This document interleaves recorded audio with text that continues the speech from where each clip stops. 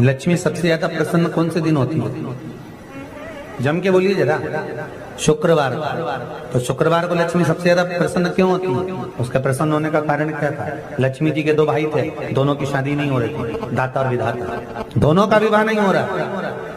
और दाता विधाता के लिए लक्ष्मी बड़ी परेशान थी, रोज नारायण से कहती थी प्रभु कुछ कृपा करिए, दाता विधाता का विवाह नहीं हो रहा, उम्र होती चली जा रही, इनका कुछ करिए प्रभु, आप नारायण आप कुछ तो कर सकते हो। भगवान नारायण ने तब लक्ष्मी से कहा एक काम करो, बेलपत्री के पेड़ के नीचे बैठकर लक्ष्मी तुम अनुष्ठान करो तुम्हारे भाइयों के विवाह के लिए। इसलिए आज भी हमारे हिंदू धर्म की रीति है कि बेलपत्री के पेड़ के नीचे शाम के समय लक्ष्मी का वासा होता है। इसलिए लोग इस बेलपत्री के पेड़ के नीचे तुम्हारा रात्रि को शाम को 6 बजे से लेकर रात्रि को 8 बजे तक तुम्हारा निवास। जैसे पीपल के पेड़ में देवताओं का निवास, आपको आप लोगों ने यदि पद्म पुराण पढ़ी होगी या सुनी होगी तो उसमें स्पष्ट कहा है पीपल के वृक्ष की गणना, ध्यान देना, पीपल के वृक्ष में सुबह 4 बजे से लेकर 7 बजे तक ब्रह्मा जी का वासा होता है। पीपल के वृक्ष में सुबह 7 बजे तक ब्रह्मा जी का वासा, 7 बजे से लेकर 10:30 बजे तक पीपल के वृक्ष में भगवान विष्णु का वासा। कितनी बजे तक?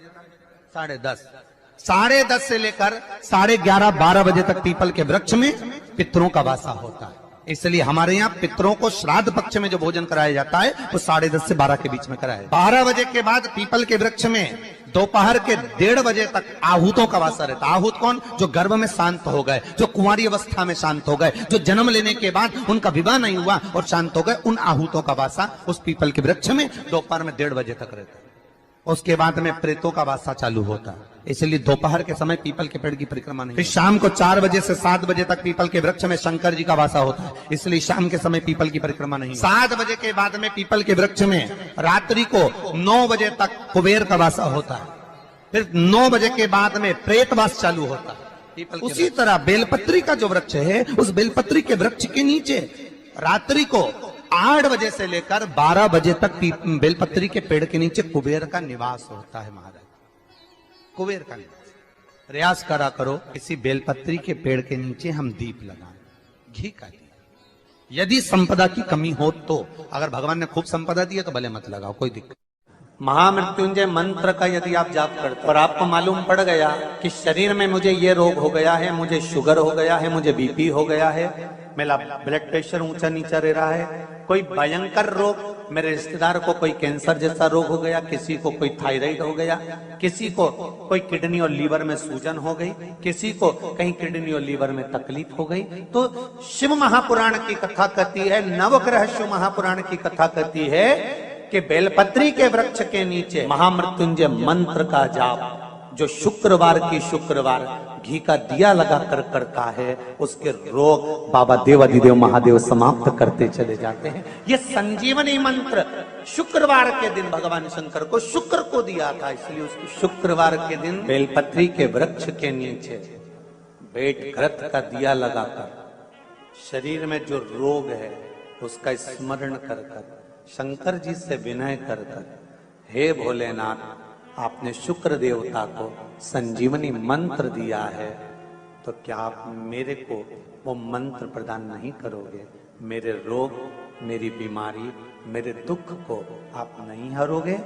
शिव से कहो ये शरीर आपने दिया है और भजन करने के लिए दिया है, स्मरण करने के लिए दिया है, कीर्तन करने के लिए दिया है, तो संभालोगे भी आप। और बेलपत्री की ओर मुख कर घी का दिया लगाकर महामृत्युंजय मंत्र का स्मरण कर लेने पर धीरे धीरे धीरे धीरे धीरे धीरे वो रोग समाप्ति की ओर। शंकर भगवान को तुलसी नहीं केवल एक बैकुंठ चतुर्दशी के दिन चढ़ती है, वो भी रात्रि के समय पर 12 से 4। शंकर भगवान को तुलसी नहीं चढ़ती। पद्म पुराण कहती है कि शंकर भगवान के मंदिर के बाहर जो तुलसी का वृंद लगाया जाता है, शिव जी के मंदिर के बाहर जो तुलसी का पौधा लगा रहता है या लगाया जाता है, उस तुलसी के पौधे में जितनी मंजरियां लगती हैं, उस मंजरियों में जितने दाने लगते हैं, उतने दाने गिन लिए जाएं और उतने समय का बैकुंठ का वास उस मनुष्य को प्राप्त हो जाता है मृत्यु के बाद। इतना विचित्र बात है, शंकर को तुलसी नहीं चढ़ती, पर शंकर के दरवाजे के बाहर शिव के द्वार पर जो तुलसी का पौधा लगा है, किसी ने लगाया है, किसी ने रोपित करा है, उस पौधे में जितनी मंजरियां लगी हैं, उस मंजरियों में जितने दाने लगे हैं, उस दाने जितने हैं उसको काउंट करा जाए, उसके बराबर उतने ही 1000 वर्षों तक उस जीवात्मा को वैकुंठ का वास मिलता है। क्यों? उसकी कथा भी यहाँ पर वर्णन। भगवान विष्णु सामने शंकर के बैठे थे और भगवान शिव ने जब सत्यनारायण नाम रख दिया था, तब भगवान विष्णु शिव से कहते हैं नारायण, भगवान शंकर से कहते हैं भोलेनाथ, त्रिकालदर्शी, कैलाशी, अविनाशी, हे मेरे सारे विग्रह के साथ में लक्ष्मी मेरे साथ में। बहुत ध्यान देना मां, मैं अगर नारायण रूप में हूं तो लक्ष्मी मेरे साथ में, मैं राम रूप में हूं तो सीता मेरे साथ में, मैं कृष्ण रूप में हूं तो राधा मेरे साथ, मैं रंगनाथ रूप में हूं तो गोदा मेरे साथ में, मेरे साथ में लक्ष्मी सदा विराजमान है। पर आज आपने मेरा जो सत्यनारायण नाम रखा है, मैं अपना संग किसको ले? तब भगवान शिव ने कहा, जब बाहर निकले जो रोपित मिले बस वही आपको समर्पित हो। तुलसी का पौधा रोपित था, उस तुलसी के दल को भगवान नारायण ने अपना संग बनाया। और बहुत ध्यान देना, सत्यनारायण की कथा हो, चाहे भागवत की कथा हो, चाहे विष्णु पुराण की कथा हो, इन सभी कथाओं में सबसे ज्यादा प्रसाद की महत्वता नहीं है जितनी तुलसी के दल की महत्वता है। क्योंकि सत्यनारायण के साथ में हरि के साथ तुलसी का स्मरण। आज सुनते हैं तुलसी माता की चालीसा। यह चालीसा सुनने से होती है हर रोगों से मुक्ति, मिलती है सुख समृद्धि का आशीर्वाद।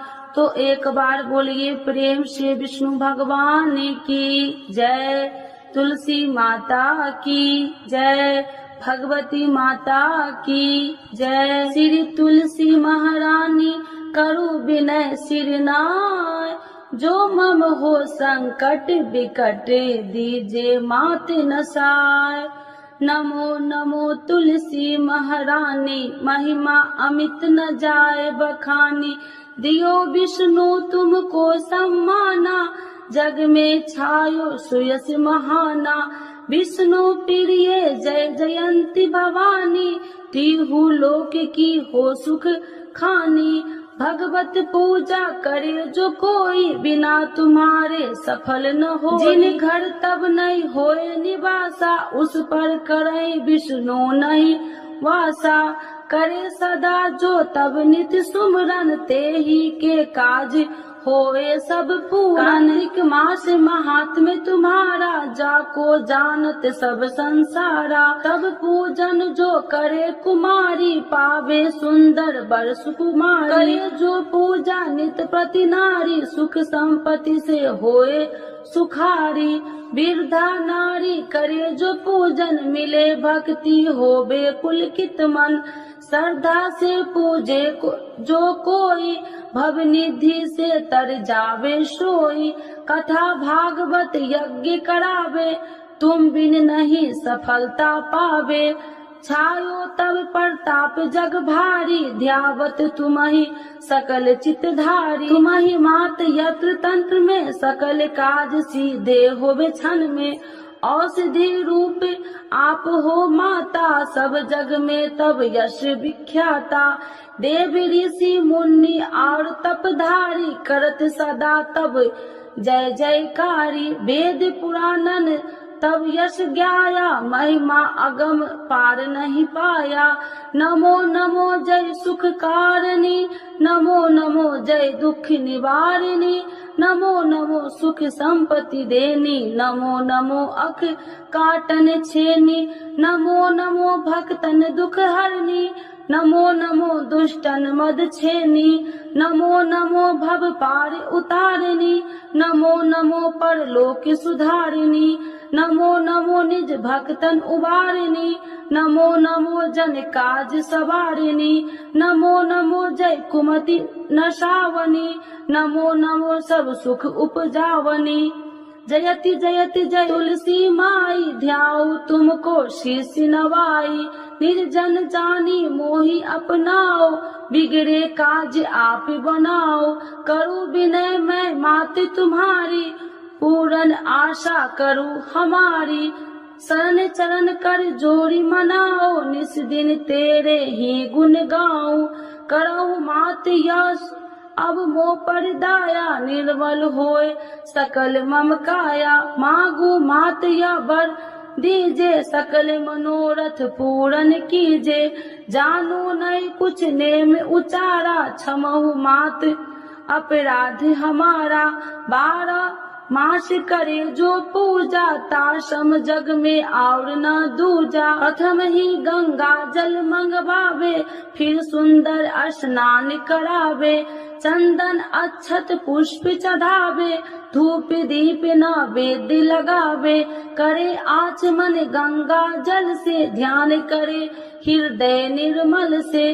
पाठ करे फिर 40 की, स्तुति करे माते तुलसी की। यह विधि पूजा करे हमेशा, ताके तन नहीं रहे कलेशा। करे मास कार्तिक का साधन, शोभे नित्य पवित्र सिद्ध हो जाई। है यह कथा महासुखदाई, पढ़े सुने सो भव तर जाई। यह श्री तुलसी चालीसा, पाठ करे जो कोई।